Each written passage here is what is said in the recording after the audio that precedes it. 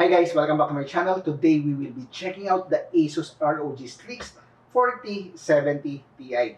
And I would like to say thanks to our friends at ASUS Philippines for letting us test this unit. Without further ado, let us unbox the unit.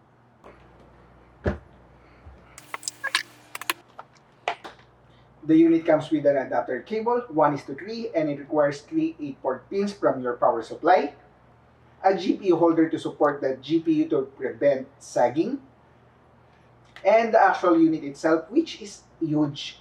And here is a side-by-side comparison with a Royal Green in can. For the specification, PCI Express 4.0, 12 gig of GDDR6 memory, 7680 CUDA cores, 192-bit, 2 HDMI 2.1A, 3 DisplayPort 1.4A, supports HDCP 2.3, and a lot more. I will just include a link on the description below for the full specification. For my impression, this is a huge graphics card that it uses a 3.15 slot on your CPU case. Reason for being huge is because of its huge heatsink to help cool down the GPU, since this is a very powerful GPU. Next is, I was really confused with the fan configuration. It seems that the one on the middle have a different fan blade orientation. And per checking, it was not an error, but it was built that way to minimize turbulence and maximize air dispersion throughout the heatsink. Next is, luckily I have invested in a 1000 watts power supply. So in times like we have a more powerful GPU, we don't need to buy a new one. And just a reminder, as per spec sheet, it is recommended to have at least 750 watts power supply. And now with this one, let us try to check on how to configure the RGB lights for now. And later on, let's try to test on how much we can get from this powerful 4070 Ti. Okay guys, right now we are under Armor Grade and we're going to click on Device and choose the ROG Strix RTX 4070 Ti. And you will be redirected to the lightning effect of that ROG 4070 Ti. And as you can see here, we have currently rainbow. You can change the basic effects on this one. Like for example, maybe if you want just static, you can change this, and of course adjust the LED brightness. Okay, like for example, let's set it to 100 and maybe change the color maybe to this one and hit OK. Then after that one, there are other options that you can play with. Like for example, we have your comet, lightning effect, and of course, what happened to the comet? Yeah, that's it. And of course, we have here strobing and so on and so forth. You can actually play with these lightning effects on the graphics card that you have depending on your likeness. Okay guys, right now we are on the GPU Tweak 3 application for the graphics card that ASUS provides, and you can download it on their website.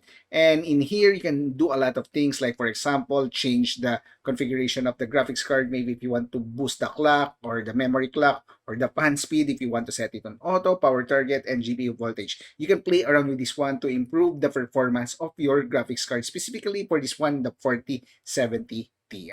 Now, of course, the important thing is the result on the games that I usually play. For the system that we will be using, we are using an Intel 12700K processor, 32 gigs of RAM. For our first test, Shadow of the Tomb Raider, we tested it using the Challenge Tomb with the Forge of Destiny map. And this is the result that I was able to get with all the settings set to high, RTX up, and resolution is 1080p. We are getting an average of 260 FPS, while 165 FPS for 1% low and 121 FPS for 0.1%. While on 1440p resolution, we are getting a lower result at around 205 FPS average, 168 FPS 1% low, and of course, 117 FPS 0.1%. And then we turn on the RTX for better gaming experience.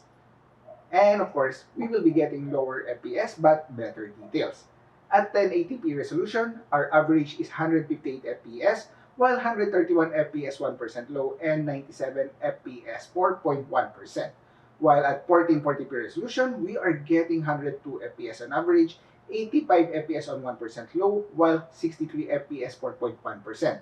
Definitely, this result is still a great gaming experience even with the RTX is turned on. For the second game, World War C, we use the built-in benchmark. And the result for 1080p is we're getting an average of 251 FPS, while 163 FPS for 1% low, and 58 FPS 4.1%. While stepping up the resolution, we are getting at around 228 FPS on average, while 158 FPS on 1% low, and 40 FPS on 0.1%. The 0.1% is really low, but not of a big deal, and you will still be able to have a great gaming experience on World War C. Next one is one of my favorite games, CSGO. And again, all settings is set to high at 1080p. We are getting an average of 345 FPS, while 167 FPS on 1% low, while 103 FPS 4.1%. Then we tested on 1440p resolution. We are getting at around 321 FPS on average, while 161 FPS on 1% low, and 92 FPS 4.1%. This is actually a great gaming experience for that 0.1% low. Actually, I encountered it during the buying time, or the before the round begins, when I try to buy an equipment or something like that one. But for the entire duration of the round, it was really smooth. Last game would be F1 2020, and we used the built-in benchmark. We used the Bahrain track, and of course, very wet setup. For 1080p resolution, we are getting an average of 197 FPS, while for 1% low, we are getting at around 146 FPS, and 106 FPS for the 0.1%. On 1440p resolution, we are getting at around 196 FPS on average, while 135 FPS for 1% low, and 65 FPS for 0.1%. I tried the benchmark multiple times, and the difference between 1080p and 1440p was not that big of a difference. So if, in case you already have a 2K or 1440p monitor, of course, try to utilize that one. Set it up to 1440p resolution. And those are the games that I usually play. If you have comments and suggestions regarding the way of I'm doing the test, let me know so I can improve my testing methodology. Now for my conclusion, let us set aside the pricing, for this is an ROG product which you usually pay for a premium. For the performance, it was a great product. In my own opinion, the 70 line is great. I have my own 1070 and 3070. They just work great. So this ASUS ROG Strix 4070 Ti is actually the sweet spot. It will perform great and won't break the bank compared to the higher tier, like of course the 4080 or 4090. For my personal rating, this is a solid 5-star. For the performance, it's just great. Based on my own testing, I was able to play better gaming experience with this card.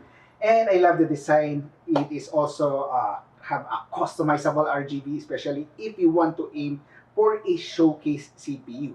There is also a Fan Connect 2, power sensing, ASUS own GPU Tweak 2, and honestly, there's a lot more. Yes, everything seems great with this 4070 Ti, but if you are aiming for around 500 FPS or more for your ROG PG248QP, this won't be able to fully utilize that monitor. But for more than 160 FPS on ultra high settings or high settings, this will be a great option, and I must admit, this is actually perfect for my BG279Q38 180Hz monitor. I think that will be all for now. If you have comment suggestion, comment down below or message me at JK Chavez on FB.